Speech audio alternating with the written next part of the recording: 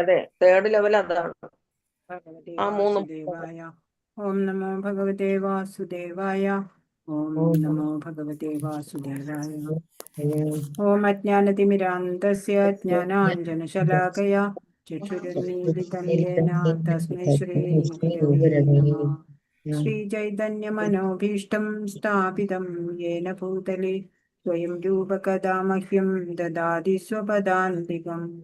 വന്ദേഹം ശ്രീഗുരോ ശ്രീയുതപദകമലം ശ്രീഗുരോൻ വൈഷ്ണവാംശ്ച ശ്രീരൂപം സാഗ്രജാതം സഹഗണരഘുനാഥാന്വിതം തം സജീവം സാദ്വൈതം സാവധൂതം പരിജനസഹിതം കൃഷ്ണചൈതന്യദേവം ശ്രീരാധാകൃഷ്ണപാദാൻ സഹഗണലളിതാ ശ്രീവിശാഖാന്വിതാംശ്ച.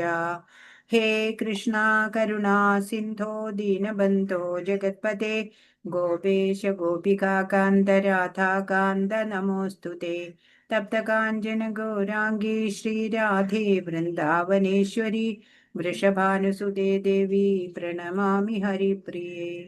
ജയ ശ്രീകൃഷ്ണ ചൈതന്യ പ്രഭു നിത്യാനന്ദ ശ്രീ അദ്വൈത ഗദാധര ശ്രീവാസാദി ഗൗരഭക്തവൃന്ദ. ഹരേ കൃഷ്ണ കൃഷ്ണ കൃഷ്ണ ഹരേ ഹരേ, ഹരേ രാമ രാമ രാമ ഹരേ ഹരേ. ശ്രീ ശ്രീ രാധാ ഗോവിന്ദ് की जय. श्रील प्रभुपाद की जय. गुरु महाराज की जय. ഹരേ കൃഷ്ണ എല്ലാവർക്കും പ്രണാമം. ഹരേ കൃഷ്ണ എല്ലാവർക്കും പ്രണാമം. ഹരേ കൃഷ്ണ. ശ്രീ ശ്രീ രാധാ ഗോവിന്ദ് ടെമ്പിൾ ഇസ്കോൺ മാംഗ്ലൂരിൽ നിന്നുള്ള ഭഗവത്ഗീത പഠന ക്ലാസ്സിലേക്ക് എല്ലാവർക്കും സ്വാഗതം.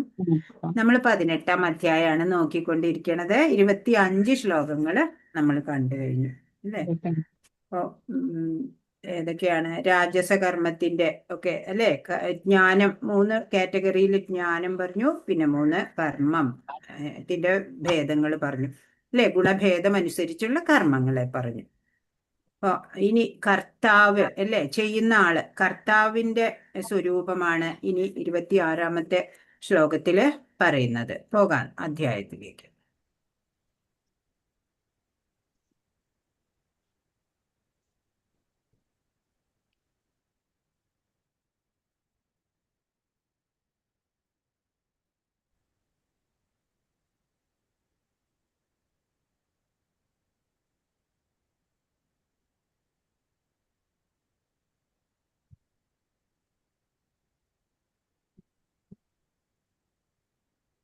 അപ്പൊ സാത്വികനായ കർത്താവിന്റെ സ്വരൂപം പറയാണ് 26. മുക്തസംഗോനഹം വാദി ധൃത്യുത്സാഹ സമന്വിത സിദ്ധോർ നിർവികാര കർത്ത സാത്വിക ഉച്യത്തെ.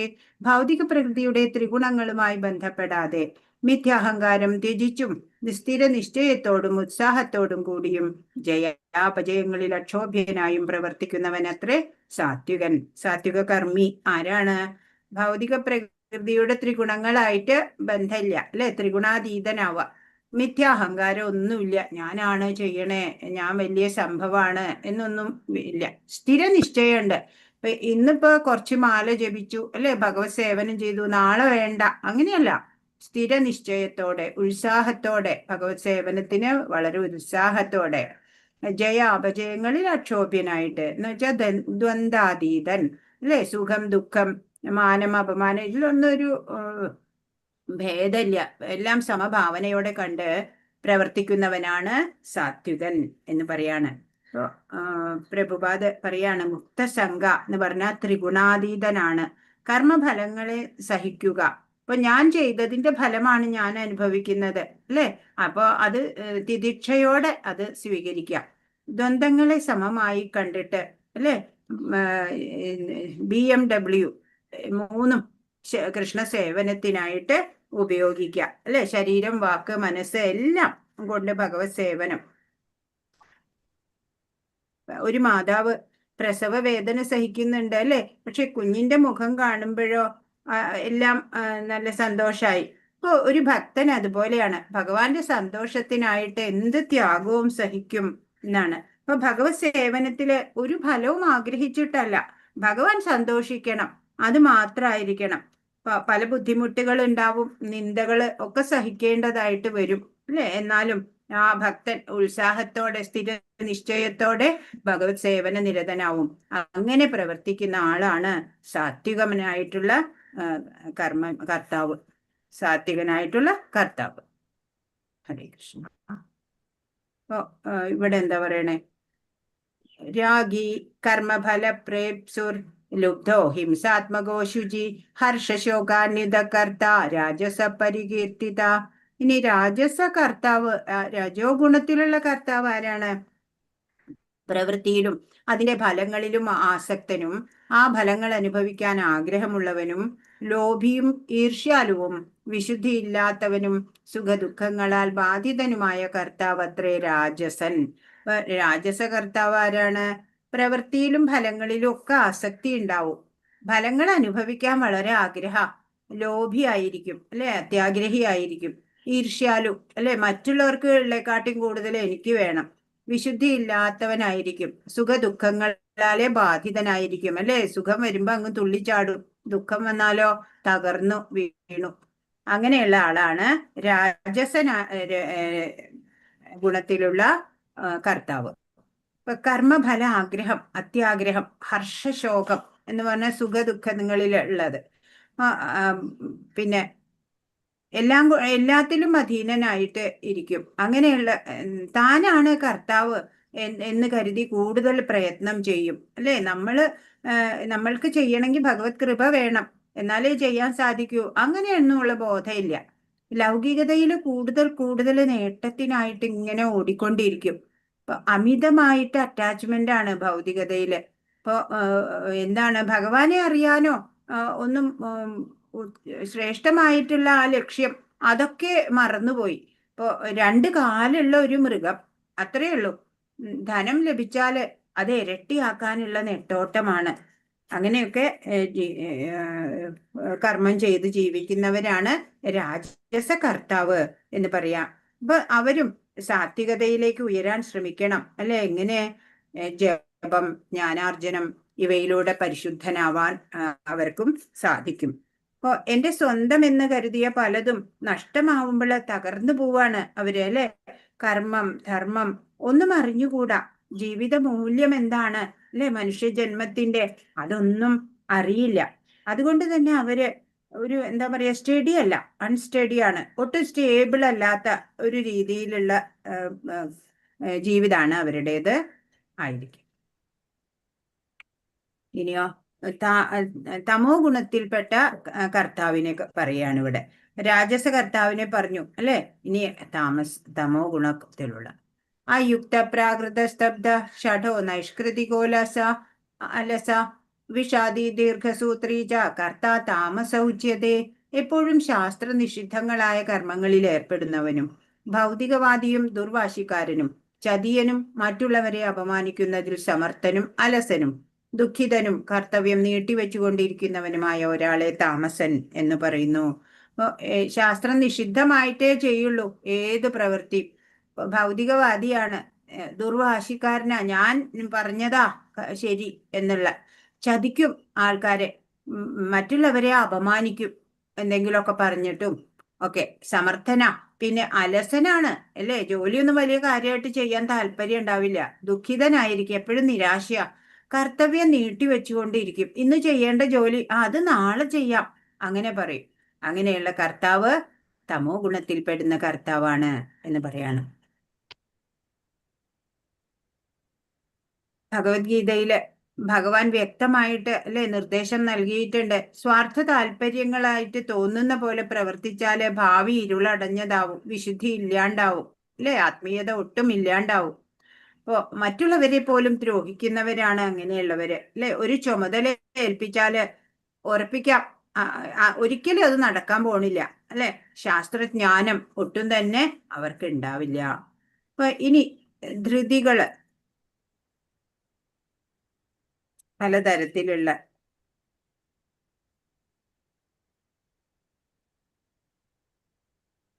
അണ്ടർസ്റ്റാൻഡിങ് ആൻഡ് ഡിറ്റർമിനേഷൻ രണ്ടും വരും ഈ ധൃതി എന്നുള്ള ആ വാക്കുകൊണ്ട്. അപ്പൊ അതാണ് ഇവിടെ 3 ഗുണഭേദങ്ങൾ അനുസരിച്ച് പറഞ്ഞു തരാണ് ഭഗവാൻ. 29. ബുദ്ധേർഭേദം ധൃതൈശ്ചൈവ ഗുണതസ്ത്രിവിധം ശൃണു പ്രോച്യമാനമശേഷേണ പൃഥക്ത്വേന ധനഞ്ജയ. ഹേ ധനഞ്ജയ, ഭൗതിക പ്രകൃതിയുടെ ത്രിഗുണങ്ങൾ അനുസരിച്ച് പലതരത്തിലുള്ള ദൃഢനിശ്ചയങ്ങളും അറിവുകളുമുണ്ട്. അവയെക്കുറിച്ച് ഇനി വിവരിച്ചു തരാം, കേട്ടോളൂ. അണ്ടർസ്റ്റാൻഡിങ് എന്ന് പറഞ്ഞാൽ അറിയാം അല്ലെ, ഡിറ്റർമിനേഷനും ദൃഢനിശ്ചയം, അതൊക്കെയാണ് ഈ ധൃതി എന്നുള്ള വാക്കുകൊണ്ട് നമ്മൾ ഉദ്ദേശിക്കേണ്ടത് ഇവിടെ. അപ്പോ അപ്പോ എന്താ പറയണേ, ഭൗതിക പ്രകൃതിയുടെ ത്രിഗുണങ്ങൾ അനുസരിച്ചിട്ട് പലതരത്തിലുള്ള 3 തരത്തിലുള്ള ദൃഢനിശ്ചയങ്ങളും അറിവുകളുമുണ്ട്. അതിനെക്കുറിച്ച് ഞാനിതാ പറഞ്ഞു തരാം. ഇനി സാത്വിക ബുദ്ധിയെ കുറിച്ചിട്ടാണ് 30ാമത്തെ ശ്ലോകം. പ്രവൃത്തിം ച നിവൃത്തിം ച കാര്യാകാര്യേ ഭയാഭയേ ബന്ധം മോക്ഷം ച യാവേതി ബുദ്ധി സാ പാർത്ഥ സാത്വികി. കുന്തിപുത്ര, ചെയ്യേണ്ടതും ചെയ്തു കൂടാത്തതും എന്ത്, ഭയപ്പെടേണ്ടതും ഭയപ്പെടേണ്ടാത്തതും എന്ത്, ബന്ധത്തിനും മോക്ഷത്തിനും കാരണമാവുന്നത് എന്ത് എന്നെല്ലാം അറിയുന്നതാണ് സാത്വികമായ ബുദ്ധി. ഇപ്പൊ ബുദ്ധി എത്ര തരത്തില്, 3 തരത്തില് ഭഗവാൻ കാണിച്ചു തരികയാണ്. എന്ത് ചെയ്യണം, എന്ത് ചെയ്തുകൂടാ എന്ന് നമ്മൾ അറിഞ്ഞിരിക്കണം.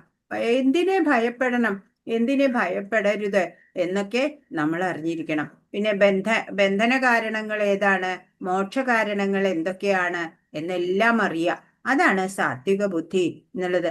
ഈ കർമ്മം എന്നെ ഭഗവാനിലേക്ക് അടുപ്പിക്കുമോ എന്ന് നമ്മൾ എപ്പോഴും നോക്കണം. ശാസ്ത്രോക്തമല്ലാതെ ഇന്ദ്രിയ തൃപ്തിക്ക് ചെയ്യുന്നത് ബന്ധന കാരണമാണ്, നമുക്കറിയാം. അപ്പോ നമ്മൾ എന്ത് വേണം, ഭഗവാന്റെ പ്രസന്നതയ്ക്കായിട്ട് വേണം നമ്മൾ എല്ലാം ചെയ്യേണ്ടത്. വൈദിക വിധി അനുസരിച്ച് കർമ്മം ചെയ്താലാണ് ആത്മീയ പുരോഗതി ഉണ്ടാവുക. പ്രവൃത്തി എന്ന് പറയുന്നത് അതാ. നിവൃത്തി എന്ന് പറഞ്ഞാല് അത് നമ്മള് സന്യാസിമാരെയൊക്കെ അവര് ഒരു ഗൃഹസ്ഥ കാര്യങ്ങളൊന്നും അവർക്ക് ചെയ്യേണ്ടതില്ല. നിവൃത്തി മാർഗാണ് അവരുടെ. നമ്മളുടേത് പ്രവൃത്തി മാർഗാണ് അല്ലെ, നമ്മൾ ഗൃഹസ്ഥരായതിനാല്. അപ്പോ സാത്വിക ബുദ്ധിയെ പറഞ്ഞു. ഇനി രാജസ ബുദ്ധിയെ പറയാണ്. യഥാധർമ്മം അധർമ്മം ച കാര്യം ച കാര്യമേവ ച അയഥാവത് പ്രജാനാതി ബുദ്ധി സാ പാർത്ഥ രാജസി. പാർത്ഥ, ധർമ്മം എന്ത് അധർമ്മം എന്ത്, ചെയ്യേണ്ടത് എന്ത് ചെയ്യരുതാത്തത് എന്ത് എന്ന് വേർതിരിച്ചറിയാനാവാത്ത ബുദ്ധിയാണ് രാജസം. എന്ത് ചെയ്യണം ചെയ്യരുതെന്നൊന്നും അറിയണില്ല. ആളുകൾ അജ്ഞരാണ് അല്ലെ. ധർമാധർമ്മം കാര്യാകാര്യം ഒന്നുമില്ല. ഈ വിഭാഗത്തിലെ ബുദ്ധി രജോ ഗുണത്തിലെ ബുദ്ധിയാണ് എന്ന് ഭഗവാൻ പറഞ്ഞു തരാണ്. ഇനി അടുത്തത് താമസ ബുദ്ധിയെ പറ്റിയിട്ട് പറയുന്നത്. അധർമ്മം ധർമ്മമിതിയ മന്യതേ തമസാവൃത സർവാർത്ഥാൻ വിപരീതാംശ ബുദ്ധി സാ പാർത്ഥ താമസി. ഹേ പാർത്ഥ, വ്യാമോഹത്തിന്റെയും അന്ധകാരത്തിന്റെയും സ്വാധീനതയിൽ അധർമ്മത്തെ ധർമ്മമായും ധർമ്മത്തെ അധർമ്മമായും കരുതി സദാ തെറ്റായ വഴിക്ക് പ്രവർത്തിക്കുന്ന ബുദ്ധി താമസമാകുന്നു. പറയാണ്, ഈ അവർക്ക് തമോ ഗുണം അധികരിച്ചിട്ടുള്ളവർക്ക് എങ്ങനെയാണ്, അവർക്ക് വ്യാമോഹാണ് അല്ലെ, അജ്ഞതയാണ് ഉണ്ടാവുക, അലസത. അപ്പൊ അവര് എന്താ ചെയ്യാ, വ്യാമോഹത്തിന്റെ അന്ധകാരത്തിന്റെയും സ്വാധീനതയാണ് കൂടുതല്. അപ്പോഴവർക്ക് അധർമ്മത്തിനെയാണ് ധർമ്മമായിട്ട് മനസ്സിലാക്കാൻ പറ്റുക. ധർമ്മത്തെ അധർമ്മമായി കരുതും അവര്. എന്നിട്ടോ പോകുന്നത് തെറ്റായ വഴിക്കാണ് പോകുന്നത്. അങ്ങനെ തെറ്റായ വഴിക്ക് നയിക്കുന്ന ബുദ്ധി താമസ ഗുണത്തിലുള്ള ബുദ്ധിയാണ് എന്ന് പറയാ. കലിയുഗത്തിൽ അധികം പേരും ഇങ്ങനെയാണെന്നാ പറയണേ. ഇപ്പൊ നമ്മുടെ ശാസ്ത്രങ്ങളൊന്നും മനസ്സിലാക്കാൻ ശ്രമിക്കില്ല. TV സീരിയല് അങ്ങനെ അതൊക്കെയാണ് ശരി എന്ന് കരുതും. ഈശ്വരൻ എന്നുള്ളത് തെറ്റായ ചിന്തയാണ് എന്നാ അവര് കരുതുന്നത്. തമോ ഗുണബുദ്ധിയുള്ള ഒരു മഹാത്മാവിനെ സാധാരണ മനുഷ്യനായിട്ടാ കാണുക. സാധാരണക്കാരനെയോ വളരെ മഹാനാ എന്ന് വിചാരിക്കും. ജീവിത ലക്ഷ്യമോ ആത്മീയതയോ ഇല്ലാത്ത വ്യക്തിയെയാണ് മാനിക്കുക അല്ലെ. കേവലം വേഷഭൂഷാദികളുടെ പേരില് അങ്ങനെയുള്ളവരെ മാനിക്കും. എന്നാലോ ഒരു ഭക്തനെയോ മഹാത്മാവിനെയോ ഒന്നും മാനിക്കുകയുമില്ല അവര്. ഇപ്പൊ നമ്മള് ശാസ്ത്രജ്ഞാനം നേടണം അല്ലെ, പരോപകാരം ചെയ്യണം, ഒരു ഭക്തന്റെ കടമയാണ്. ശ്രീല പ്രഭുപാദ് എല്ലാം എല്ലാം നമുക്ക് തന്നിട്ടുണ്ട്. നമ്മളത് ഭഗവത് സേവനത്തിനായിട്ട് ഉപയോഗിക്കുക മാത്രമാണ് വേണ്ടു. താമസ ബുദ്ധി എന്ന് പറയുന്നത് അപകടകരാണ്. ശരിയായ അറിവല്ല അല്ലെ, വിപരീത ബുദ്ധി എന്നൊക്കെയാണ് അതിനെ പറയാ. അപ്പൊ ശാസ്ത്രജ്ഞാനം സമ്പാദിക്കുക, പരോപകാരം ചെയ്യുക, അങ്ങനെയൊക്കെ ചെയ്ത് അവരതിൽ നിന്ന് ഉയരണം, അല്ലേ? ആ ബുദ്ധി ശരിയായ രീതിയിലേക്ക് കൊണ്ടുവരണം. ലക്ഷ്യബോധം അതിൽ എത്താനായിട്ട് ഇന്ദ്രിയ നിയന്ത്രണം ചെയ്യല്, അതാണ് ദൃഢത എന്ന് പറയുന്നത്. ധൃതി എന്നുള്ളതുകൊണ്ട്. ഇപ്പൊ 33 ധൃത്യ യയാ ധാരയതേ മനഃപ്രാണേന്ദ്രിയക്രിയ യോഗേന വ്യഭിചാരിണ്യ ധൃതി സാ പാർത്ഥ സാത്വികി. ഹേ പാർത്ഥ, യോഗാനുഷ്ഠാനത്താൽ നിലനിർത്തിയതും ദൃഢമായതും മനസ്സ്, പ്രാണൻ, ഇന്ദ്രിയങ്ങൾ എന്നിവയുടെ പ്രവർത്തനത്തെ നിയന്ത്രിക്കുന്നതുമായ നിശ്ചയം സാത്വികമാണ്. ധൃതി എന്ന് പറഞ്ഞാല് ഡിറ്റർമിനേഷൻ എന്ന് പറഞ്ഞാല് ദൃഢത, ദൃഢനിശ്ചയം എന്നൊക്കെ പറയാം. അപ്പോ തീരുമാനം നടപ്പിലാക്കുക, അല്ലെ? യോഗ അനുഷ്ഠാനത്താലെ നിലനിർത്തിയതാണ് അവരുടെ എന്താ പറയാ നിശ്ചയം. ആ നിശ്ചയത്തിൽ നിന്ന്, വ്യവസായാത്മിക ബുദ്ധി എന്നൊക്കെ നമ്മൾ പഠിച്ചു, അല്ലെ? ആ നിശ്ചയത്തിൽ നിന്ന് അവർ ഒട്ടും ഇളകില്ല, ദൃഢമായതാണ്. മനസ്സിനെയും പ്രാണനെയും ഇന്ദ്രിയങ്ങളെയും ഒക്കെ അവർക്ക് നിയന്ത്രിതമാക്കി വെക്കാൻ പറ്റും. അങ്ങനെയുള്ള അവരുടെ ആ ധൃതി ഉണ്ടല്ലോ, അത് സാത്വികമാണ് എന്ന് ഭഗവാൻ പറയാണ്. എങ്ങനെ വന്നാലും ആ തീരുമാനത്തെ നടപ്പിലാക്കണവരെ എത്ര ബുദ്ധിമുട്ടുണ്ടെങ്കിലും അവര് ചെയ്യും, അല്ലെ? ഇപ്പൊ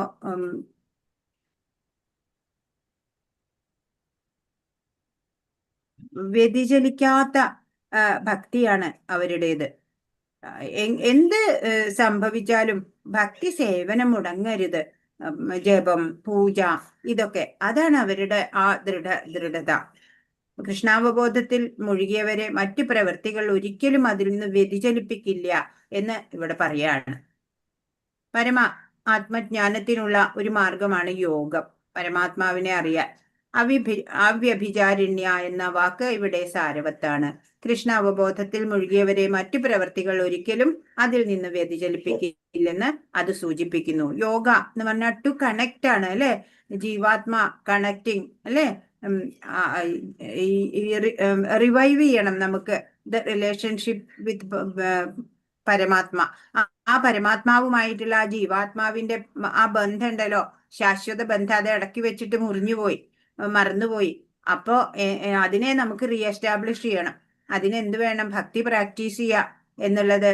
ഒഴുക്കിനെതിരെ നീന്തുന്ന പോലെ ഈ ലോകം ഇന്ദ്രിയ തൃപ്തി കാക്ഷിച്ച് നീങ്ങുന്നതാണ്, അല്ലെ? ലൗകിക ജീവിതം ഇഷ്ടപ്പെടുന്നവരാണ് എല്ലാ പേരും. അപ്പൊ ഭക്തൻ എന്താ ചെയ്യുക? ആത്മസാക്ഷാത്കാരം, അല്ലെ? ഭക്തി സേവനം, അതൊക്കെ എങ്ങനെ നിരന്തരമായിട്ട് ഒരു കൺസിസ്റ്റൻസി വേണം. അതാ ഇവിടെ പറയണേ ദൃഢത എന്ന് പറയണത്. ദൃഢമായതാവണം, അല്ലെ? യോഗാനുഷ്ഠാനത്തില് നിലനിർത്തിയതാവണം. പ്രാണൻ, ഇന്ദ്രിയങ്ങൾ എന്നിവയുടെ പ്രവർത്തനങ്ങളെ നിയന്ത്രിക്കണം. അങ്ങനെയുള്ള ഒരു നിശ്ചയത്തിൽ വേണം. അങ്ങനെ വന്നാലാണ് ഭക്തിയിൽ നമുക്ക് പുരോഗമനം ഉണ്ടാവുള്ളൂ എന്ന് പറയാണ്. ലക്ഷ്യം വളരെ വലുതാണ്, അല്ലെ? നമ്മുടെ ജീവിതം വളരെ ചെറുതാണ്. അപ്പോ നമ്മുടെ ലക്ഷ്യബോധം ദൃഢമാവണ്ടേ? അപ്പോഴല്ലേ നമുക്ക് സഫലമാവാൻ പറ്റുള്ളൂ. അതാണ് ഇവിടെ ഭഗവാൻ പറയുന്നത്. 34 യാതു ധർമ്മകാമാർത്ഥാൻ ധൃത്യ ധാരയതേ അർജുന പ്രസംഗേന ഫലാകാംക്ഷി ധൃതി സാ പാർത്ഥ രാജസി. അല്ലേ അർജുന? ഏതൊരു നിശ്ചയം കൊണ്ടാണോ മനുഷ്യൻ ധർമ്മം, അർത്ഥം, കാമം എന്നിവയെ സ്വീകരിക്കുന്നത്, അവയിലുള്ള അത്യാസക്തി കൊണ്ട് ഫലാകാംക്ഷിയായി തീരുന്നത്, ആ നിശ്ചയം രാജസമാകുന്നു. ഇന്ദ്രിയങ്ങളെ ഒരിക്കലും തൃപ്തനാക്കാനാവില്ല, അല്ലെ? ഭഗവത് സേവന ആക്കണം ഇന്ദ്രിയങ്ങളെ, എന്നാലേ അതിനെ കൺട്രോൾ ചെയ്യാൻ പറ്റുള്ളൂ. അതൊന്നും അവർക്ക് അറിയുന്നില്ല. ധർമാനുഷ്ഠാനം അനുഷ്ഠിക്കുമ്പോഴും അവർക്ക് ഫലകാംക്ഷ ഉണ്ടാവും. അപ്പോ ലക്ഷ്യം ഇന്ദ്രിയ തൃപ്തി ആയിരിക്കും, അല്ലെ? അർത്ഥസമ്പാദനം, ധർമ്മ, അർത്ഥ, കാമം, അതിലാണ് ഊന്നൽ നൽകുന്നത്. ഇപ്പൊ രാജസ ലക്ഷ്യബോധത്തില് ഭഗവത് തൃപ്തി ഒട്ടും ആഗ്രഹിക്കണില്ല. ഭഗവാൻ തൃപ്തനാവുണ്ടോ ഒന്നും നോക്കില്ല. മോക്ഷം എന്നുള്ള ആ ചിന്ത ഉയർന്ന തലത്തിൽ ഉണ്ടാവേണ്ടതാണ്. ഇപ്പൊ ഗോദാസ്, അല്ലെ? ഇന്ദ്രിയങ്ങളാല് നിയന്ത്രിക്കപ്പെടുകയാണ് ചെയ്യണത്. ഗോസ്വാമിയല്ല ഇങ്ങനെയുള്ളവര്. ഈ അവരുടെ ധൃതി രാജസ ഗുണത്തിൽപ്പെട്ട ധൃതിയാണ്, നിശ്ചയദാർഢ്യമാണ്. അതുകൊണ്ട് തന്നെ അവർക്ക് ഇന്ദ്രിയങ്ങളാണ് അവരെ നിയന്ത്രിക്കുന്നത്. അവര് ഗോദാസന്മാരാണ്, ഗോസ്വാമിമാരല്ല. നമുക്ക് അർഹമായത് നമുക്ക് ലഭിക്കും, അല്ലെ? അത് കാരണം കോട്ടങ്ങളിൽ ഒന്നും തകരേണ്ടതില്ല, അല്ലെ? വരും അങ്ങനെ നേട്ടവും കോട്ടവും ഒക്കെ നമ്മുടെ ജീവിതത്തിൽ, എല്ലാവരുടെ ജീവിതത്തിലും ഉണ്ടാവും. പക്ഷെ നമുക്ക് അർഹമായത് അതായിരിക്കാം, അതുകൊണ്ടാണ് നമ്മൾക്ക് അത് കിട്ടിയത് എന്ന് വിചാരിക്കാൻ പറ്റണം. യയാ സ്വപ്നം ഭയം ശോകം വിഷാദം മതമേവ ച ന വിമുഞ്ചതി ദുർമേധാ ധൃതി സാ പാർത്ഥ താമസി. അല്ലയോ കുന്തിപുത്ര, സ്വപ്നം, ഭയം, വ്യസനം, വിഷാദം, മതം എന്നിവയ്ക്ക് അതീതമല്ലാത്ത ബുദ്ധിശൂന്യമായ നിശ്ചയം തമോ ഗുണത്തിൽ ഉള്ളതാണ്. അതിനെയൊന്നും അതിജീവിക്കാൻ പറ്റണില്ല. ഭയം, വ്യസനം, വിഷാദം, മതം ഇതൊക്കെ ഉണ്ട് ഇപ്പോഴും, അല്ലെ? അങ്ങനെയുള്ള നിശ്ചയ ബുദ്ധി ഉണ്ടല്ലോ, അത് തമോ ഗുണത്തിലുള്ളതാണ്. ബുദ്ധിശൂന്യമായിട്ടുള്ള നിശ്ചയദാർഢ്യം, സ്വപ്നം പോലെ ദോഷമല്ല. ഓവർ സ്ലീപ്പിങ് അവർക്ക് ഉണ്ടാവുക, അല്ലെ? എപ്പോഴും ഉറങ്ങണം.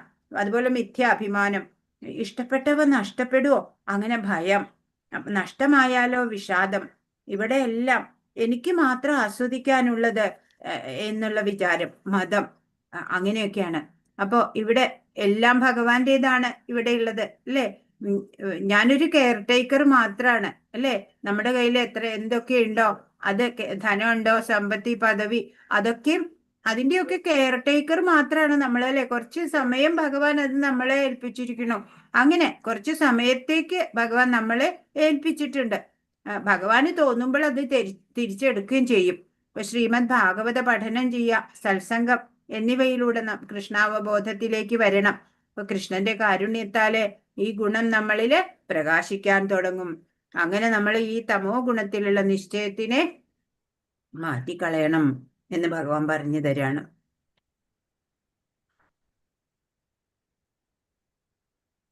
ഇനി 3 വിധത്തിലുള്ള സുഖത്തിനെ പറ്റി പറയാം എന്നാണ് ഇവിടെ.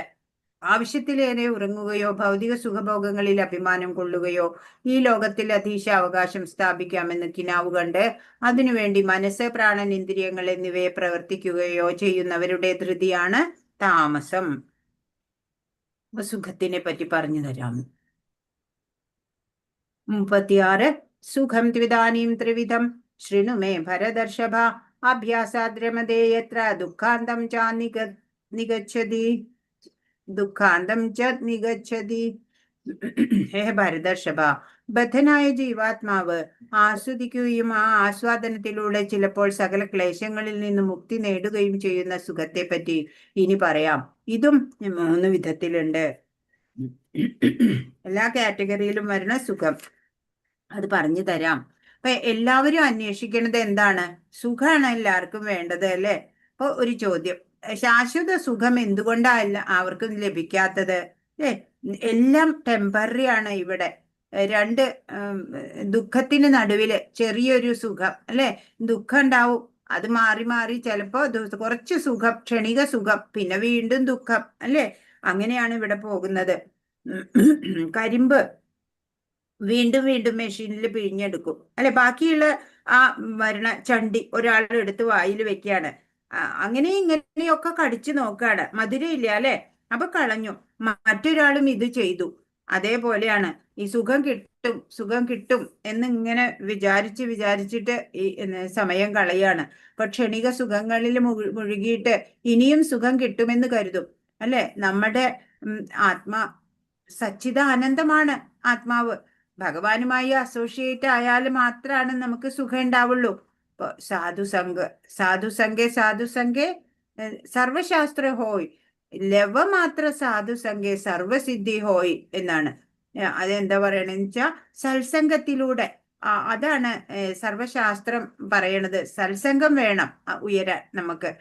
ലവമാത്ര സാധുസംഗേ, ലവമാത്ര എന്ന് പറഞ്ഞാൽ 1/10 സെക്കൻഡ്സ് പോലും ഒരു മഹാത്മാവിനെ നമ്മൾ കണ്ടുമുട്ടുകയാണെങ്കിൽ നമുക്ക് സർവസിദ്ധിയും ലഭിക്കും എന്നാണ്.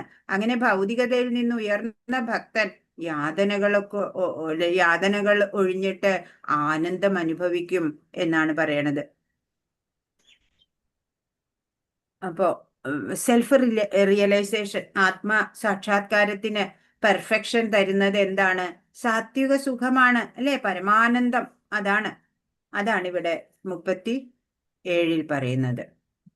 യത്തദഗ്രേ വിഷമിവ പരിണാമേ പരിണാമോ മൃതോപമം പരിണാമേ അമൃതോപമം തത്സുഖം സാത്വികം പ്രോക്തം ആത്മബുദ്ധി പ്രസാദജം. ആദ്യത്തിൽ വിഷം പോലെ തോന്നിക്കുന്നതും അന്ത്യത്തിൽ അമൃത തുല്യവും ആത്മസാക്ഷാത്കാരം ഉണർത്തുന്നതുമായ സുഖത്തെ സാത്വിക സുഖം എന്ന് പറയുന്നു. ആദ്യം കയ്പ് തോന്നും അല്ലെ, വിഷം പോലെ തോന്നും. പിന്നെ കുറച്ചു കഴിയുമ്പോ അത് അമൃത തുല്യമാവും. അങ്ങനെ ആ സുഖമാണ് സാത്വിക സുഖം. അത് ആത്മസാക്ഷാത്കാരം ഉണർത്തുന്നതാണ് എന്ന് പറയാണ്. യഥാർത്ഥ ലക്ഷ്യത്തെ മറന്നു പോകുമ്പോൾ ശാശ്വത സുഖം നമുക്ക് ലഭിക്കില്ല. ഇപ്പൊ ഭക്തി യോഗ പ്രാക്ടീഷണേഴ്സ് ഉണ്ട്, അവർക്ക് 4 യമ നിയമങ്ങൾ പാലിക്കും അല്ലെ. അവര് ബ്രഹ്മമുഹൂർത്തത്തിൽ എഴുന്നേൽക്കുക എന്നൊക്കെ പറയുമ്പോ ആദ്യകാലങ്ങളിൽ വലിയ ബുദ്ധിമുട്ടായിട്ട് തോന്നും അല്ലെ. പിന്നീട് അത് അമൃത തുല്യമായിട്ട് തോന്നും. അപ്പൊ ഇങ്ങനെ പ്രയത്നത്തിലൂടെ പ്യൂരിഫിക്കേഷൻ സംഭവിക്കുകയാണ് നമുക്ക് ചെയ്യേണ്ടത്. കൂടുതൽ ചെയ്യാൻ താല്പര്യം ഉണ്ടാവും. അപ്പൊ ഭക്തന് ഒട്ടും ഫ്രീഡം ഇല്ല ഭക്തന്മാർക്ക് എന്ന് തോന്നും. എന്നാല് അവർക്ക് പരമാനന്ദമാണ് അവരനുഭവിക്കുന്നത്, നമ്മൾ മനസ്സിലാക്കണില്ല. ഇപ്പൊ കുറച്ച് സമയം എടുക്കും, എന്നാൽ ആ സുഖം ഉണ്ടല്ലോ, ഗ്യാരണ്ടീഡ് ആണ് സുഖം. അനർത്ഥ നിവൃത്തിക്ക് ശേഷം പെട്ടെന്നായിരിക്കും നമ്മൾക്ക് പുരോഗതി ഉണ്ടാവുക. യഥാർത്ഥ ലക്ഷ്യത്തെ മറന്നു പോകരുത്, അപ്പോഴാണ് ശാശ്വത സുഖം ഉണ്ടാവാത്തത്. അപ്പൊ സാത്വിക സുഖം ആദ്യത്തില് വിഷം പോലെ തോന്നും, ബുദ്ധിമുട്ടൊക്കെ തോന്നും അല്ലെ. ഇപ്പൊ ഭക്തിയിൽ വരുമ്പോ നമ്മൾ പറയും, നമ്മളോട് ആചാര്യൻ പറയും, ബ്രഹ്മമുഹൂർത്തത്തിൽ എഴുന്നേൽക്കൂ, എന്നിട്ട് പൂജ സ്നാനാദികളൊക്കെ കഴിഞ്ഞ് മംഗളാരതി ചെയ്യാം അല്ലെ, ജപം ചെയ്യാം, പ്രസാദമായിട്ടേ ആഹാരം കഴിക്കാവൂ, ചിലതൊക്കെ ഉപേക്ഷിക്കണം എന്നൊക്കെ പറയുമ്പോ അത് ആദ്യത്തില് ഇങ്ങനെയൊക്കെ എന്ന് വിഷമം തോന്നും അല്ലെ. പിന്നീട് അത് വളരെ ഈസി ആയിട്ട് നമുക്ക് അനുഭവപ്പെടും.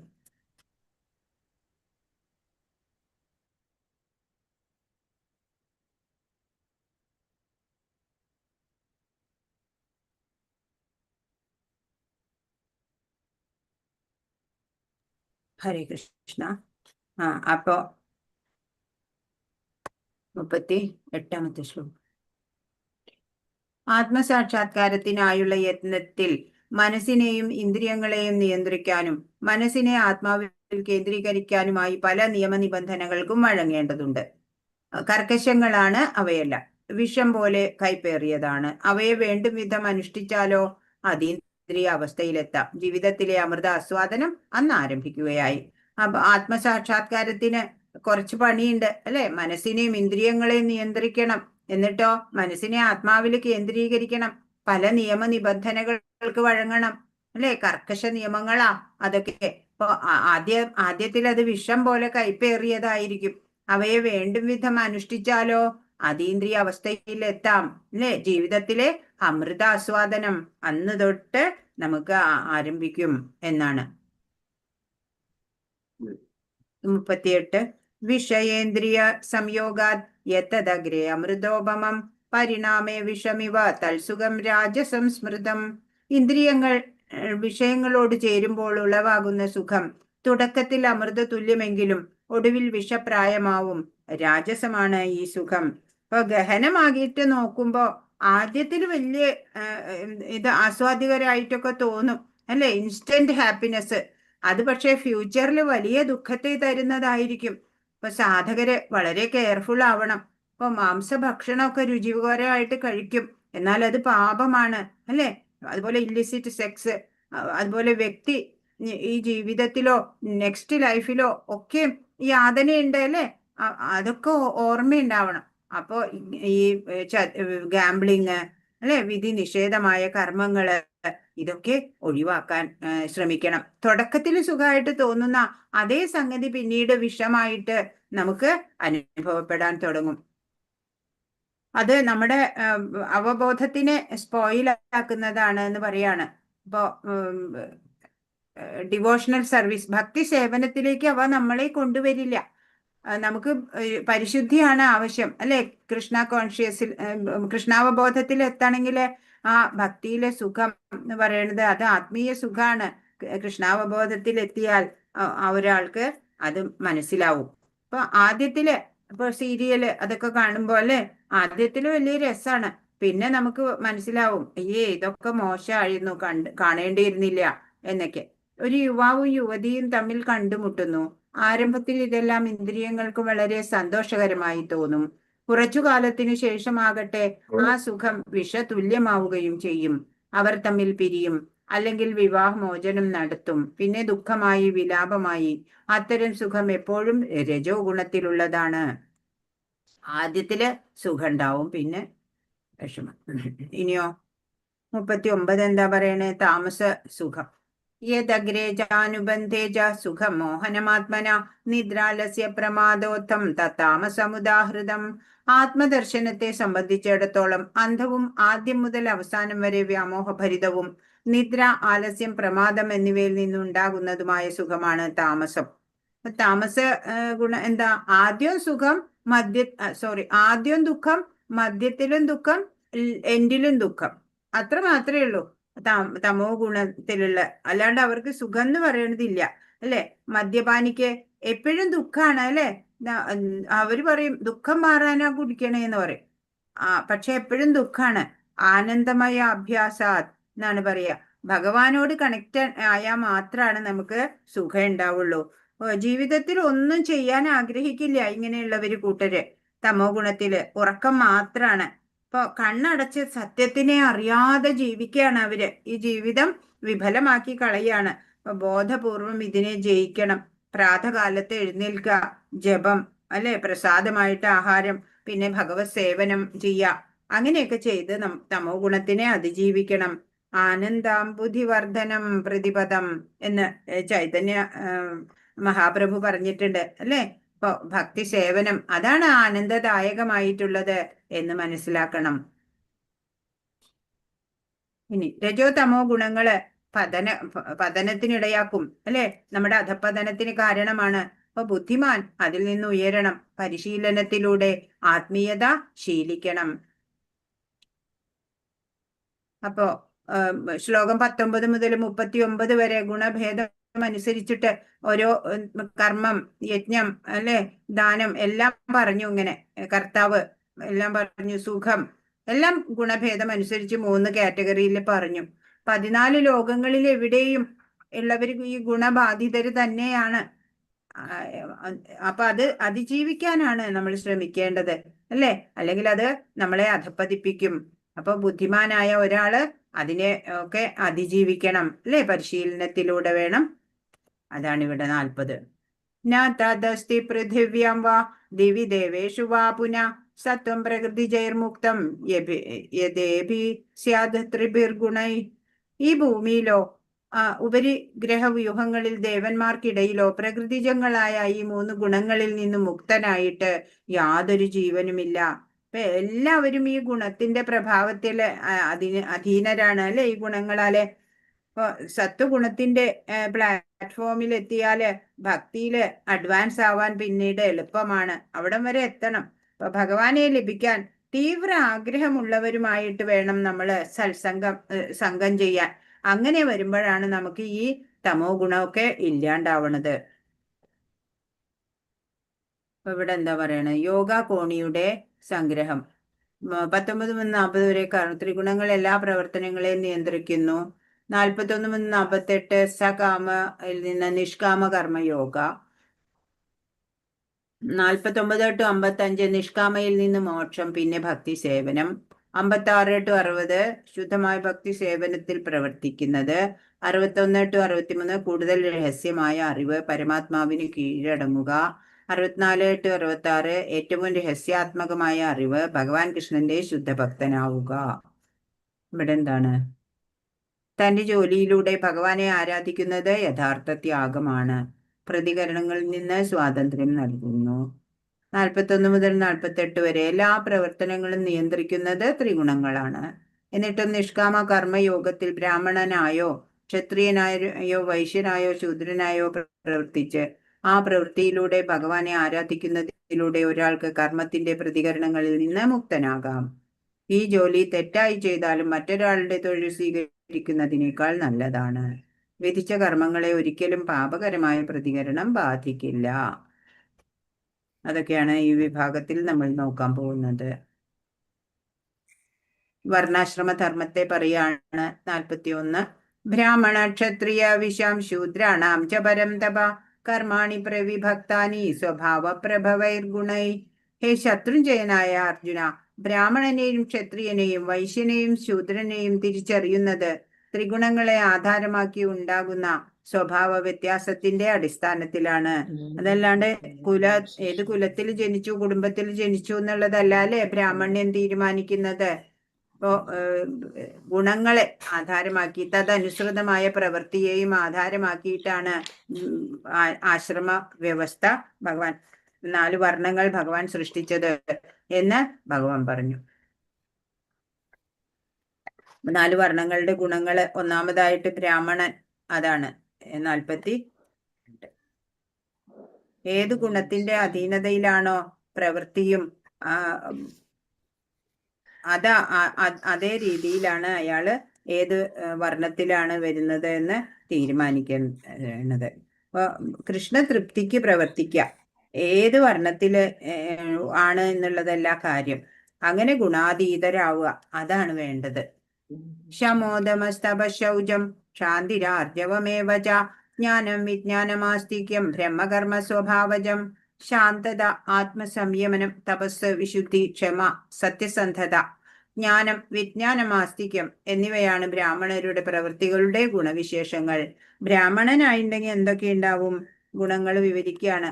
ശാന്തത ഉണ്ടാവും അല്ലെ, ആത്മസംയമനം ഉണ്ടാവും, തപസ്സുണ്ടാവും, വിശുദ്ധി ഉണ്ടാവും, ക്ഷമ ഉണ്ടാവും, ഇപ്പോ സത്യസന്ധത ഉണ്ടാവും, ജ്ഞാനം, വിജ്ഞാനം, ആസ്തിക്യം എന്നിവ. അതൊക്കെയാണ്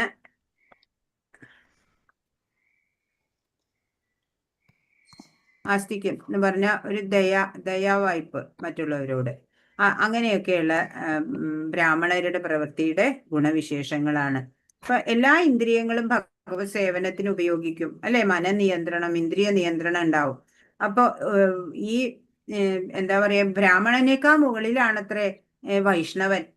കൃഷ്ണാവബോധത്തിൽ എത്തിക്കഴിഞ്ഞാല് ആ വ്യക്തി ഉണ്ടല്ലോ ബ്രാഹ്മണനേക്കാളും ഉന്നത നിലവാരത്തിലാണ് എന്നാണ് പ്രഭുപാദ് പറഞ്ഞു തരുന്നത്.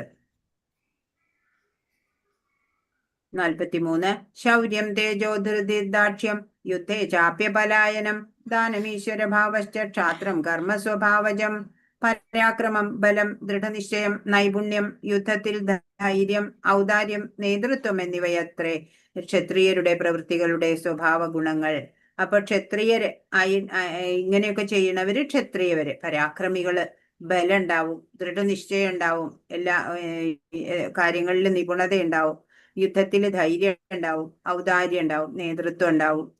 അതൊക്കെ ക്ഷത്രിയരുടെ പ്രവൃത്തികളുടെ സ്വഭാവ ഗുണങ്ങളാണ്.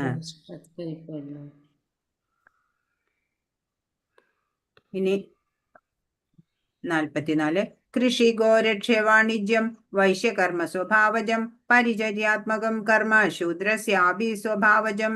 കൃഷി, ഗോരക്ഷ, വ്യാപാരം എന്നിവ വൈശ്യർക്ക് സ്വാഭാവികങ്ങളായ കർമ്മങ്ങൾ. ശൂദ്രർക്കോ അധ്വാനവും മറ്റുള്ളവരെ പരിചരിക്കലുമാകുന്നു. 45 സ്വേ സ്വേ കർമ്മണ്യഭിരത സംസിദ്ധിം ലഭതേ നര സ്വകർമ്മനിരത സിദ്ധിം യഥാ വിന്ദതി തച്ഛൃണു. സ്വാഭാവികങ്ങളായ പ്രവൃത്തികൾ ചെയ്തുകൊണ്ടിരുന്നാൽ മനുഷ്യന് പൂർണ്ണത നേടാം. എങ്ങനെയെന്ന് പറയാം, കേൾക്കൂ.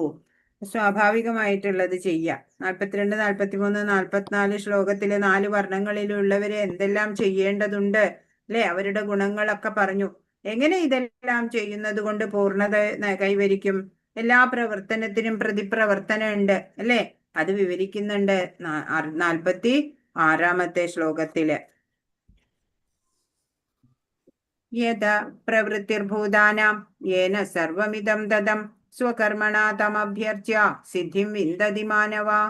സർവജീവികളുടെയും പ്രഭവസ്ഥാനവും സർവവ്യാപിയുമായ ഭഗവാനെ ആരാധിക്കുക നിമിത്തം സ്വകർമ്മങ്ങളിൽ കൂടി ഒരു വ്യക്തിക്ക് പരിപൂർണതയിലെത്താം. പറയാണ്, എല്ലാ ജീവികളുടെയും പ്രഭവസ്ഥാനവും സർവവ്യാപിയുമായിട്ടുള്ള ആ ഭഗവാനെ ആരാധിക്കുക അല്ലെ. അങ്ങനെ അതുവഴി സ്വകർമ്മത്തിൽ കൂടി ഒരു വ്യക്തിക്ക് പരിപൂർണതയിലെത്താം. എവിടെയും പോകണ്ട അല്ലെ സന്യാസിയായിട്ടൊന്നും. ഇപ്പോ സുപ്രീം ലോർഡ് ഹെഡ് അല്ലെ, അവിടുന്നാണ് എല്ലാ സോഴ്സിന്റെയും അല്ലെ, സോഴ്സ് ഓഫ് എവറിത്തിങ്. അല്ലേ? എവിടെയും എല്ലാവരുടെയും പ്രപഞ്ചം ആകെ നിറഞ്ഞു നിൽക്കണ്ടേ ഭഗവാൻ, അല്ലേ? അപ്പൊ ഒരാള് പൂർണ്ണത നേടുക എന്ന് വെച്ചാല് സ്വന്തം കർമ്മം ചെയ്യുന്നതിനാല് തന്നെ പൂർണ്ണത നേടാം എന്ന്. ഇപ്പോ മമേവാംശോ ജീവലോകെ ജീവഭൂത സനാതന എന്ന് ഭഗവാൻ തന്നെ പറഞ്ഞിട്ടുണ്ട്, അല്ലെ? എന്റെ അംശങ്ങളായിട്ടുള്ള എല്ലാ ജീവാത്മാക്കളും, അല്ലെ, സർവ്വജീവികളുടെയും പ്രഭവ സ്ഥാനം ഭഗവാനാണ്, അല്ലെ? സർവവ്യാപിയായ ആണ് ഭഗവാൻ.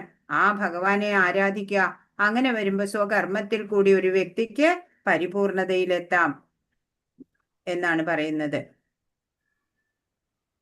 ഇപ്പോ ബ്രഹ്മ സംഹിതയില് പറയുന്നുണ്ട്, അല്ലെ? അണ്ടാന്തരസ്ഥ പരമാണു ചയാ പരമാണു ജയാന്തരസ്ഥം ഗോവിന്ദമാദിപുരുഷം തമഹം ഭജാമി. ഇപ്പൊ ഗോവിന്ദന് ബ്രഹ്മദേവന്റെ പ്രണാമമാണ്.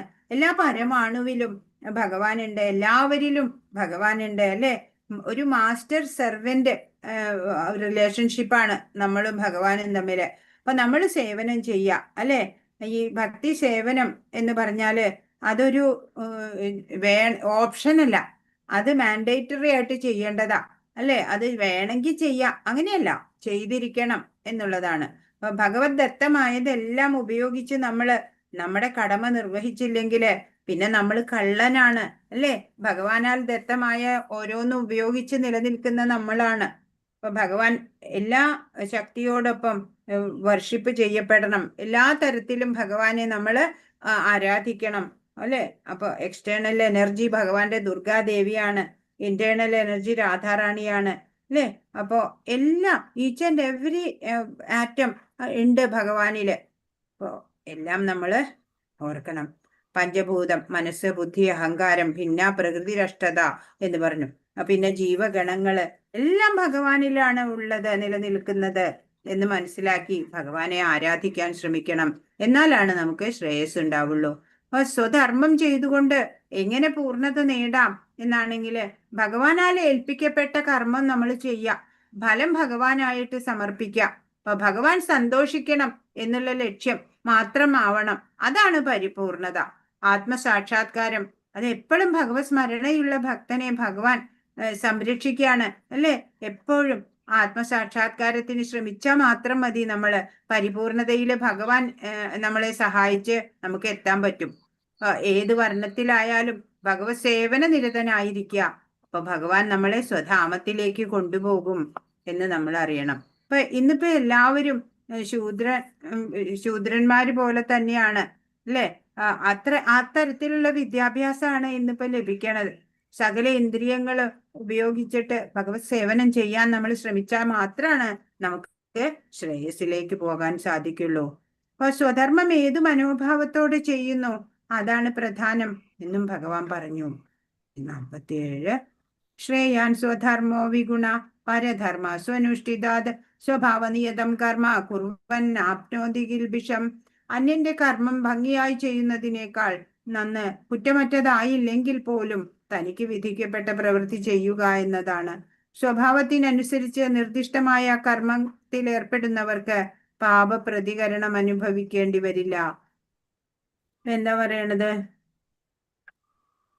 സ്വധർമ്മം അത് ഏത് ഭാവത്തോടെ ചെയ്യുന്നു അതാ പ്രധാനം. അപ്പൊ ചിലർക്ക് തോന്നും ഞാൻ ഈ വർണ്ണത്തിലാണ്, എന്നാൽ മറ്റൊരു വർണ്ണത്തിലെ പ്രവൃത്തി എനിക്ക് ഗുണം ചെയ്യില്ലേ എന്ന്. അപ്പൊ ഭഗവാൻ പറയാണ്, അന്യന്റെ കർമ്മം ഭംഗിയായി ചെയ്യുന്നതിനേക്കാളും നല്ലത് കുറ്റമറ്റതായിട്ടില്ലെങ്കിലും തനിക്ക് വിധിക്കപ്പെട്ട പ്രവൃത്തി ചെയ്യാം. അതാണ് സ്വഭാവത്തിനനുസരിച്ച് നിർദ്ദിഷ്ടമായ കർമ്മത്തിൽ ഏർപ്പെടുന്നവർക്ക് പാപ പ്രതികരണം അനുഭവിക്കേണ്ടി വരില്ല എന്ന് ഭഗവാൻ പറഞ്ഞു തരികയാണ്. അപ്പൊ മറ്റൊരു വർണ്ണത്തിലെ കർമ്മം നല്ലതായി തോന്നും, അല്ലെ? ചെയ്തോട്ടെ എന്നൊക്കെ. അപ്പൊ ഭഗവാൻ പറഞ്ഞു, വേണ്ട, 4 വർണ്ണങ്ങളും ഓരോരുത്തർക്കും അവരുടെ മുൻ ജന്മ ഫലമായിട്ട് ഉണ്ടാവുന്നതാ. അപ്പൊ മറ്റൊരാളെ അനുകരിക്കരുത്. ശൂദ്രൻ കരുതും ഞാനൊരു ബ്രാഹ്മണനാണെങ്കിൽ നന്നായിരുന്നു എന്നൊക്കെ, അല്ലെ? അപ്പോ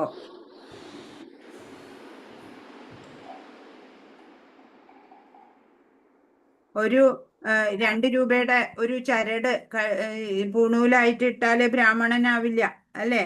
അപ്പോ സ്വഭാവം ആയിട്ട് യോജിക്കത്തക്ക കർമ്മം ചെയ്താല്, യോജിക്കാത്തത് ചെയ്താലേ വിജയിക്കില്ല. അങ്ങനെ യോജിക്കണ കർമ്മം ചെയ്യണം, അല്ലേ? അപ്പോ എപ്പോഴും എല്ലാവർക്കും ജോബ് ഡിസാറ്റിസ്ഫാക്ഷൻ ആണ്. ഏത് കർമ്മവും ഭഗവത് സേവനമായിട്ട് ചെയ്യുമ്പോൾ അല്ലെ, ചെറുതോ വലുതോ എന്നില്ല, ഏതും നമ്മൾ ചെയ്യാൻ ശ്രമിച്ചാല് നമുക്ക് സംതൃപ്തി ഉണ്ടാവും. ഇപ്പൊ വൈശ്യൻ ഒരു ബിസിനസ്മാൻ ആണെന്നാ പറയണേ, കച്ചവടം അല്ലെ. അപ്പൊ നുണ പറയേണ്ടി വരും. അയാൾ ബ്രാഹ്മണന്റെ കർമ്മം ചെയ്യാൻ ആഗ്രഹിച്ചാലോ, അപ്പൊ ഭഗവാന് പിന്നെ ആരാ ഏത് കർമ്മം ചെയ്യുന്നു എന്നറിയില്ല അല്ലെ. ബ്രാഹ്മണൻ ക്ഷേത്രപൂജ, ശൂദ്രൻ ക്ഷേത്രം ക്ലീനിങ്, രണ്ടും സെയിം തന്നെയാണ്. അപ്പൊ അർജുനൻ പറഞ്ഞു പാപമേൽക്കുമെന്ന് ഭയന്നു, എന്നാൽ സ്വധർമ്മമായതുകൊണ്ട് പാപമേൽക്കില്ല അല്ലെ, ഭയപ്പെടേണ്ട കാര്യമില്ല എന്ന് പറയാണ്. സ്വന്തം ഇന്ദ്രിയ തൃപ്തിക്കായി ചെയ്താല് ബന്ധനാണ്. ഏത് പ്രവൃത്തിയും ഭഗവാനായിക്കൊണ്ട് ചെയ്താല് നമ്മൾ എല്ലാ പ്രതികരണങ്ങളിൽ നിന്ന് ഫ്രീ ആവും. എക്സ്ക്ലൂസീവ് ടൈം നമ്മൾക്ക് കണ്ടെത്തണം. അപ്പൊ ജപം, കൃഷ്ണകഥ അല്ലെ, ഇസ്കോൺ സെന്ററിൽ പോവുക, അങ്ങനെ സമയം കൂടി കൂടി ഇങ്ങനെ വരാൻ തുടങ്ങും. കൂടുതൽ ചെയ്യുമ്പോഴാ പിന്നെയും കൂടുതൽ ചെയ്യാനുള്ള സാധ്യത തെളിഞ്ഞു വരിക. അങ്ങനെ വരുമ്പോ ഭഗവാൻ നമുക്കും ഭഗവാന്റെ സമയം നമുക്ക് വേണ്ടി തരും. കുറച്ച് സമയം ഭഗവാൻ എക്സ്ട്രാ തരുന്ന പോലെ നമുക്ക് അനുഭവപ്പെടും. സ്വകർമ്മം ചെയ്യുമ്പോഴും ഭഗവാനെ സേവിക്കുക എന്ന ഭാവനയോടെ ഭഗവാനെ തൃപ്തിപ്പെടുത്തും. അപ്പൊ നമുക്ക് കൂടുതൽ സമയലഭ്യത പോലെ നമ്മൾ ആകെ ഫീൽ ചെയ്യുകയും ചെയ്യും. ഹരികൃഷ്ണ. എല്ലാ കർമ്മവും ദോഷങ്ങളുള്ളവ തന്നെയാണ് എന്ന് കരുതി അത് ഉപേക്ഷിക്കരുത് എന്ന് പറയാണ്. ഏത് വർണ്ണത്തിലാണ് എന്ന് പ്രശ്നമല്ല, സ്വന്തം കർമ്മം ചെയ്യുക. സ്വധർമ്മം പിഴവുള്ളതാണെങ്കിലും പ്രശ്നമല്ല. സഹജം കർമ്മ കൗന്ദേയ സദോഷം അഭിനത്യജേത് സർവാരംഭാഹി ദോഷേണ ധൂമേനാഗ്നിരിവാവൃത. ഹേ കൗന്ദേയ, അഗ്നി പുകയാൽ മൂടപ്പെട്ടിരിക്കുന്നത് പോലെ എല്ലാ ഉദ്യമങ്ങളും ഏതെങ്കിലും ദോഷത്താൽ മൂടപ്പെട്ടിരിക്കും. അതുകൊണ്ട് തനിക്ക് സ്വാഭാവികമായ കർമ്മം അത് ദോഷങ്ങൾ നിറഞ്ഞതായാൽ പോലും ഉപേക്ഷിക്കാവുന്നതല്ല. ഇപ്പൊ അഗ്നി പുക കൊണ്ട് മൂടിയിരിക്കുന്ന പോലെ എല്ലാ എൻഡവറും അല്ലെ, എല്ലാ ചേഷ്ടയും ഏതെങ്കിലും ദോഷത്താലെ മൂടപ്പെട്ടിരിക്കും. അത് കാരണം സ്വാഭാവികമായ കർമ്മം ചെയ്യാം. അത് ദോഷങ്ങൾ നിറഞ്ഞതാണെങ്കിലും അത് ഉപേക്ഷിക്കേണ്ടതില്ല എന്ന് ഭഗവാൻ പറഞ്ഞു തരാണ്. ഏതൊരു കർമ്മവും പരമപുരുഷന്റെ സംതൃപ്തിക്കായിക്കൊണ്ട് അനുഷ്ഠിക്കപ്പെടുമ്പോൾ അതിന്റെ ദോഷവശങ്ങൾ നീങ്ങി വിശുദ്ധമാവുന്നു. ഭക്തിഭരിതമായ സേവനത്തോട് ബന്ധപ്പെട്ട് കർമ്മഫലങ്ങൾ വിശുദ്ധീകരിക്കപ്പെട്ടാൽ അന്തരാത്മാവിനെ ദർശിക്കാൻ വേണ്ടുന്ന പരിപൂർണത ഒരാൾക്ക് ലഭിക്കും. അതാണ് ആത്മസാക്ഷാത്കാരം. ഇപ്പോ ഭക്തിഭരിതമായ സേവനത്തോട് ബന്ധപ്പെട്ടിട്ട് ഉള്ള കർമ്മങ്ങളാണെങ്കിൽ അത് ആ വ്യക്തിയെ വിശുദ്ധീകരിക്കുന്നതായിരിക്കും. അന്തരാത്മാവിനെ ദർശിക്കാൻ വേണ്ട പരിപൂർണതയും അയാൾക്ക് ലഭിക്കും. അത് തന്നെയാണ് ആത്മസാക്ഷാത്കാരം എന്ന് പറയാണ്. ഇപ്പോ അർജുനന് യുദ്ധത്തിൽ നിന്ന് പിന്മാറാൻ ആഗ്രഹിച്ചു. അപ്പോൾ ക്ഷത്രിയന്റെ കർമ്മത്തില് കുറ്റമുണ്ട് എന്ന് കരുതി ബ്രാഹ്മണന്റേത് ചെയ്യാൻ ആഗ്രഹിച്ചു അല്ലെ, ഭിക്ഷ എടുക്കാൻ. സ്വന്തം വർണ്ണത്തിനനുസരിച്ച സ്വധർമ്മം മാത്രം ചെയ്യാം. അഗ്നി ചൂടും വെളിച്ചവും തരുന്നുണ്ട്, എന്നാല് പുക മൂടിയാൽ പോലും അഗ്നി മലിനമാവില്ല എന്നുള്ളതാണ്. അപ്പൊ ഭഗവാൻ പ്യുവറാണ് അല്ലെ. ഭഗവാനുമായിട്ട് കണക്റ്റഡ് ആയാല് എല്ലാം പ്യുവറായി മാറും. കലിയുഗത്തിൽ എല്ലാം മലിനമാണ്. Establish that connection with God. അതാ നമ്മൾ ചെയ്യേണ്ടത് അല്ലെ. ഭഗവാനുമായിട്ടുള്ള ആ ബന്ധം ഉണ്ടല്ലോ, ശാശ്വത ബന്ധം പുനഃസ്ഥാപിച്ചോളൂ. രാവിലെ എഴുന്നേൽക്കുമ്പോൾ ഭഗവാനെ ഓർക്കുക അല്ലെ. കുളി, പ്രാർത്ഥന എല്ലായ്പ്പോഴും അങ്ങനെ 2 മണിക്കൂർ ജപം നമുക്കൊരു കവചമാണ് ഇതൊക്കെ. ഇപ്പോൾ പലതരത്തിലുള്ള അപകടങ്ങൾ നമ്മിലേക്ക് വരുന്നുണ്ടാകാം. ഇപ്പോൾ എക്സ്ക്ലൂസീവ് ടൈം ഭഗവത് സേവനത്തിന് കണ്ടെത്തണം. ABCD ഫോർമുല ഫോളോ ചെയ്യണം. BMW അപ്പൊ പരിശുദ്ധമാവും. ബോഡി, മൈൻഡ് ആൻഡ് വേർഡ്സ് ഒക്കെ പരിശുദ്ധമാവും. പുക മാറ്റുക, തീവ്ര പ്രകാശം ഉണ്ടാവണത് കാണാം. ഹരേ കൃഷ്ണ. 5ാമത്തെ വിഭാഗം കർമ്മ ത്രിഗുണങ്ങള് കാണിക്കുന്നു. സകാമ നിഷ്കാമ കർമ്മയോഗ പറയുന്നു. രഹസ്യാത്മകമായ അറിവ്, ഭഗവാൻ കൃഷ്ണന്റെ ശുദ്ധഭക്തനാവുക, പ്രതികരണരഹിതമായ ജോലിയിൽ നിന്ന് അജ്ഞാനയോഗയിലൂടെ ബ്രഹ്മൻ വേദിയിലേക്കും ശുദ്ധമായ ഭക്തി സേവനത്തിലേക്കും. 49 മുതൽ 55 വരെ ശ്ലോകങ്ങളിൽ നിഷ്കാമ കർമ്മയോഗം, വിരക്തമായ കർമ്മങ്ങൾ ചെയ്യുന്ന ഒരാൾക്ക് നന്മയും അവൻ തൻ്റെ ശരീരമല്ല എന്ന അറിവും നേടുന്നു. ഒടുവിൽ അവൻ ബ്രഹ്മൻ സ്ഥാനത്തിലെത്തുന്നു. ഈ വേദിയിൽ കൃഷ്ണനെ സേവിക്കുന്നതിലൂടെ ഭക്തിയോടെ ഒരാൾ ഭഗവത്ധാമത്തിലെത്തും. യോഗ ലാഡറില് കുറച്ചുകൂടി മുകളിലേക്ക് കൂട്ടിക്കൊണ്ടു പോവാണ്, കർമ്മയോഗയിൽ നിന്ന് കർമ്മത്യാഗത്തിലേക്ക്. അതാണ് ഇവിടെ 49 ശ്ലോകം. ആസക്തബുദ്ധി സർവത്ര ജിതാത്മാ വിഗതസ്പൃഹ നൈഷ്കർമ്മ്യ സിദ്ധിം പരമാം സന്യാസേനാധിഗച്ഛതി. ആത്മസംയമനം നേടിയവനും അനാസക്തനും ഭൗതിക സുഖഭോഗങ്ങളെല്ലാം അവഗണിച്ചവനുമായ ഒരാൾക്ക് ത്യാഗപരിശീലനത്തിലൂടെ പ്രതികരണങ്ങളിൽ നിന്നുള്ള പരമമായ മോചനം നേടാൻ സാധിക്കും. അപ്പൊ ആത്മസംയമനം നേടുക, അല്ലെ? എല്ലാ നിയന്ത്രണങ്ങളും നിയന്ത്രിത ജീവിതം ഉണ്ടാവുക. ഭഗവാനിലെ സേവന നിരതനായ ഒരു വ്യക്തി അതിലാണ് ആനന്ദം അനുഭവിക്കുന്നത്, അല്ലെ? ഭൗതിക ആസക്തി അപ്പോൾ ഓട്ടോമാറ്റിക്കലി കുറയും. പിന്നെ ബന്ധനങ്ങൾ ഉണ്ടാവണില്ല. ഭഗവാനോ അയാളുടെ സംരക്ഷണം ഏറ്റെടുക്കും. അതാണ് ഗ്ലോറി ഓഫ് ഭക്തിയോഗ.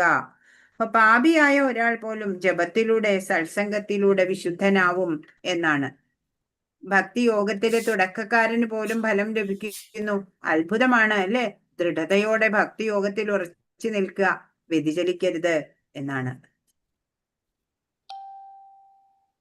താൻ പരമപുരുഷന്റെ ഒരംശം മാത്രമാണെന്നും തന്മൂലം സ്വകർമ്മ ഫലങ്ങൾ അനുഭവിക്കാനുള്ള അവകാശം തനിക്കില്ലെന്നും എപ്പോഴും ഓർക്കുന്നതാണ് യഥാർത്ഥമായ ത്യാഗം. അപ്പൊ ഭഗവത് അംശമാണ് ഞാൻ, എനിക്ക് സ്വകർമ്മ ഫലങ്ങള് അനുഭവിക്കാനുള്ള അവകാശം ഇല്ല, അല്ലെ? സെർവന്റ് ആണ്, മാസ്റ്റർ പറഞ്ഞാലേ അത് അനുഭവിക്കാൻ പറ്റുള്ളൂ. എപ്പോഴും ഓർക്കുന്നതാണ് യഥാർത്ഥമായ ത്യാഗം. അങ്ങനെ താൻ ഭഗവത് അംശമാകയാൽ തൻ്റെ കർമ്മങ്ങളുടെ ഫലം ആസ്വദിക്കേണ്ടത് ഭഗവാൻ തന്നെ. ഇതാണ് ശരിയായ കൃഷ്ണാവബോധം. കൃഷ്ണാവബോധത്തോടെ പ്രവർത്തിക്കുന്ന ഭക്തി വ്യക്തിയാണ് യഥാർത്ഥ സന്യാസി.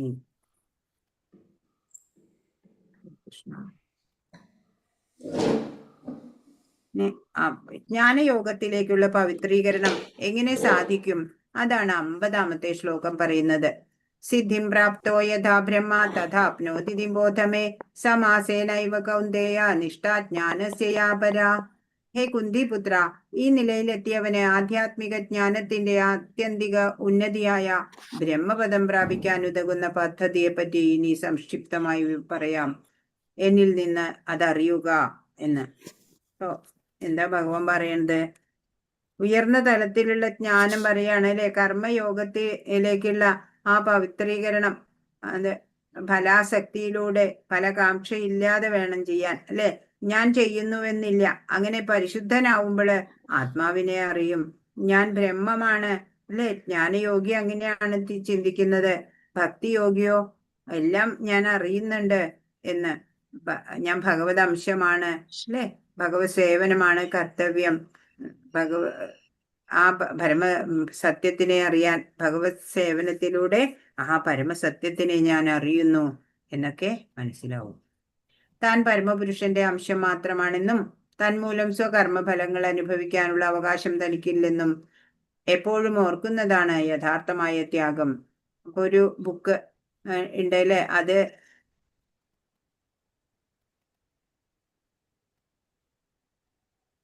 ഓർക്കുമെന്നു. ഹരേ കൃഷ്ണ. നിർത്താമോ? 50-ാമത്തെ ശ്ലോകത്തിൽ വെച്ച് നിർത്താം, അല്ലെ? ഹരേ കൃഷ്ണ. താൻ പരമപുരുഷന്റെ ഒരു അംശം മാത്രമാണെന്നും താൻ മൂലം സ്വകർമ്മഫലങ്ങൾ അനുഭവിക്കാനുള്ള അവകാശം തനിക്കില്ലെന്നും ഓർക്കുന്നതാണ് യഥാർത്ഥമായ ത്യാഗം. അപ്പൊ നമ്മുടെ എന്തുണ്ടെങ്കിലും നമ്മളുടെ നമ്മളല്ല അതിന്റെ ഉടമ, അല്ലെ? ഭഗവാനാണ് എന്നറിയണം. ഭഗവാന്റെ ഒരു അംശം, മാസ്റ്റർ സെർവന്റ് റിലേഷനാണ് ഭഗവാനും നമ്മളും തമ്മില്.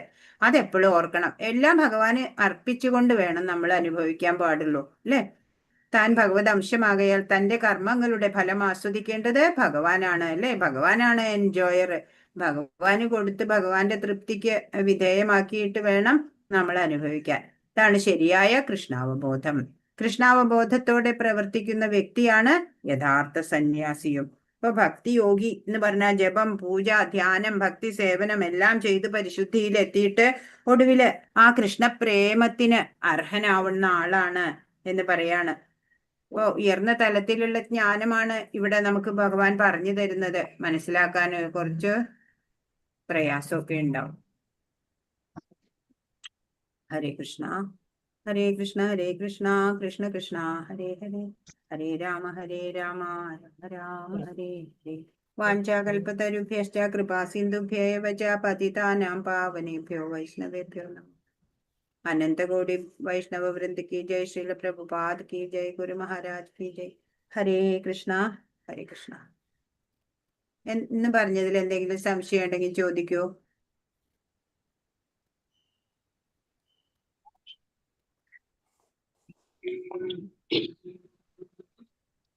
കൺഫ്യൂഷൻ എന്താ എന്തെല്ലോ കൺഫ്യൂഷൻ മനസ്സിലാകുന്നില്ല. കൺഫ്യൂഷനായാ? എല്ലാം ത്രിഗുണ ഭേദം അനുസരിച്ച് എല്ലാം പറഞ്ഞു തരുന്നതേ ഉള്ളൂ. ഇത് ഏറ്റവും ഈസി അല്ലേ? 3 ടൈപ്പ് കർത്താവിനെ പറഞ്ഞു, 3 ടൈപ്പ് കർമ്മം പറഞ്ഞു അല്ലേ? അതൊക്കെ എളുപ്പല്ലേ മാതാജി? 3 ടൈപ്പ് ദൃഢത പറഞ്ഞു അല്ലേ? ധൃതി പറഞ്ഞു, ഡിറ്റർമിനേഷനെ പറ്റിയിട്ട് 3 കാറ്റഗറിയിൽ എങ്ങനെയുണ്ടെന്ന് അല്ലേ? എളുപ്പല്ലേ അത്? ത്തിനുള്ള നിശ്ചയം. ഒന്നുകൂടി ഇത് തന്നെ ആവർത്തിക്കേണ്ടി വരുമോ? മനസ്സിലായില്ലേ? പോയി അങ്ങോട്ടും ഇങ്ങോട്ടും മാറുക. കൊറേ അത് ക്വസ്റ്റ്യൻസർ നോക്കിയാൽ മനസ്സിലാവും. അത് തന്നെ, സിമ്പിളാണ്. ഇത് കോംപ്ലിക്കേറ്റഡ് ആന്ന് കരുതണ്ട, സിമ്പിളാ.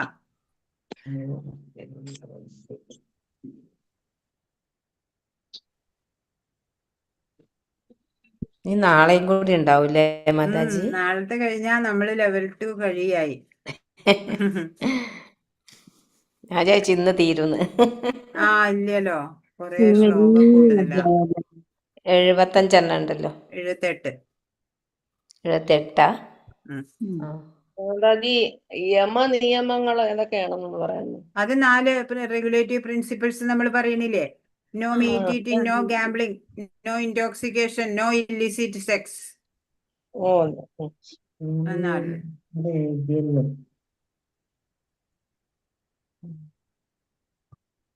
എഴുതിയിട്ടുണ്ടല്ലോ ഇന്നലെ.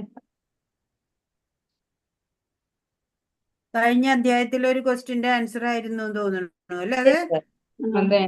ആ, യമനിയമങ്ങൾ ഏതല്ല? മാംസാഹാരം ഉപേക്ഷിക്കുക, അവിഹിത ബന്ധം, ചൂതുകളി, മദ്യം, അവിഹിത ബന്ധം, മാംസാഹാരം എന്നിവയെല്ലാം ഉപേക്ഷിക്കുക. ചൂതുകളി, അത് എപ്പോഴും മനസ്സിലായി. അതൊന്നിന്റെ ആൻസർ എഴുതിയതാണ്, പിന്നീട് നോക്കിയപ്പോ ഒരു സംശയം. നമ്മുടെ ഗ്രൂപ്പിൽ ഇപ്പൊ ആകെ 10-20 പേരേ ഉള്ളൂ. 20 പേരേ ഉള്ളൂ. എല്ലാരും പോയാ കാണാള്ളൂ, അത്ര പേരെ കാണാൻ. മാതാജി അത് ഇന്നലെ നമ്മളോട് മാതാജി പറഞ്ഞതല്ലേ, അത് മാതാജി വരും. അതല്ലാതെ അപ്പോ നമ്മൾക്ക് ഈ കുറഞ്ഞു വന്നാല് അങ്ങനെ നിങ്ങൾ കുറവ് പേരെ വരണുള്ളൂ എന്ന് വെച്ചാൽ നമുക്ക് ക്ലാസിന്റെ ഒരു സമയമാറ്റം പരിഗണിക്കേണ്ടതായിട്ട് വരും അല്ലേ? അല്ല, നിങ്ങൾ ഓരോരുത്തരും അതിന് നിങ്ങളുടെ തെറ്റല്ല, നിങ്ങൾ ശരിക്കും വരുന്നുണ്ട്, വരാത്തവരുടെ കാര്യമാണ്.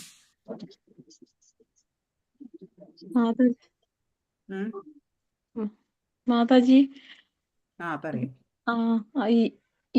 ഈ ഭഗവത്ഗീത കഴിഞ്ഞാല് മറ്റ് പുസ്തകങ്ങളല്ലേ പറഞ്ഞത്? 3 പുസ്തകങ്ങള്. അതെ.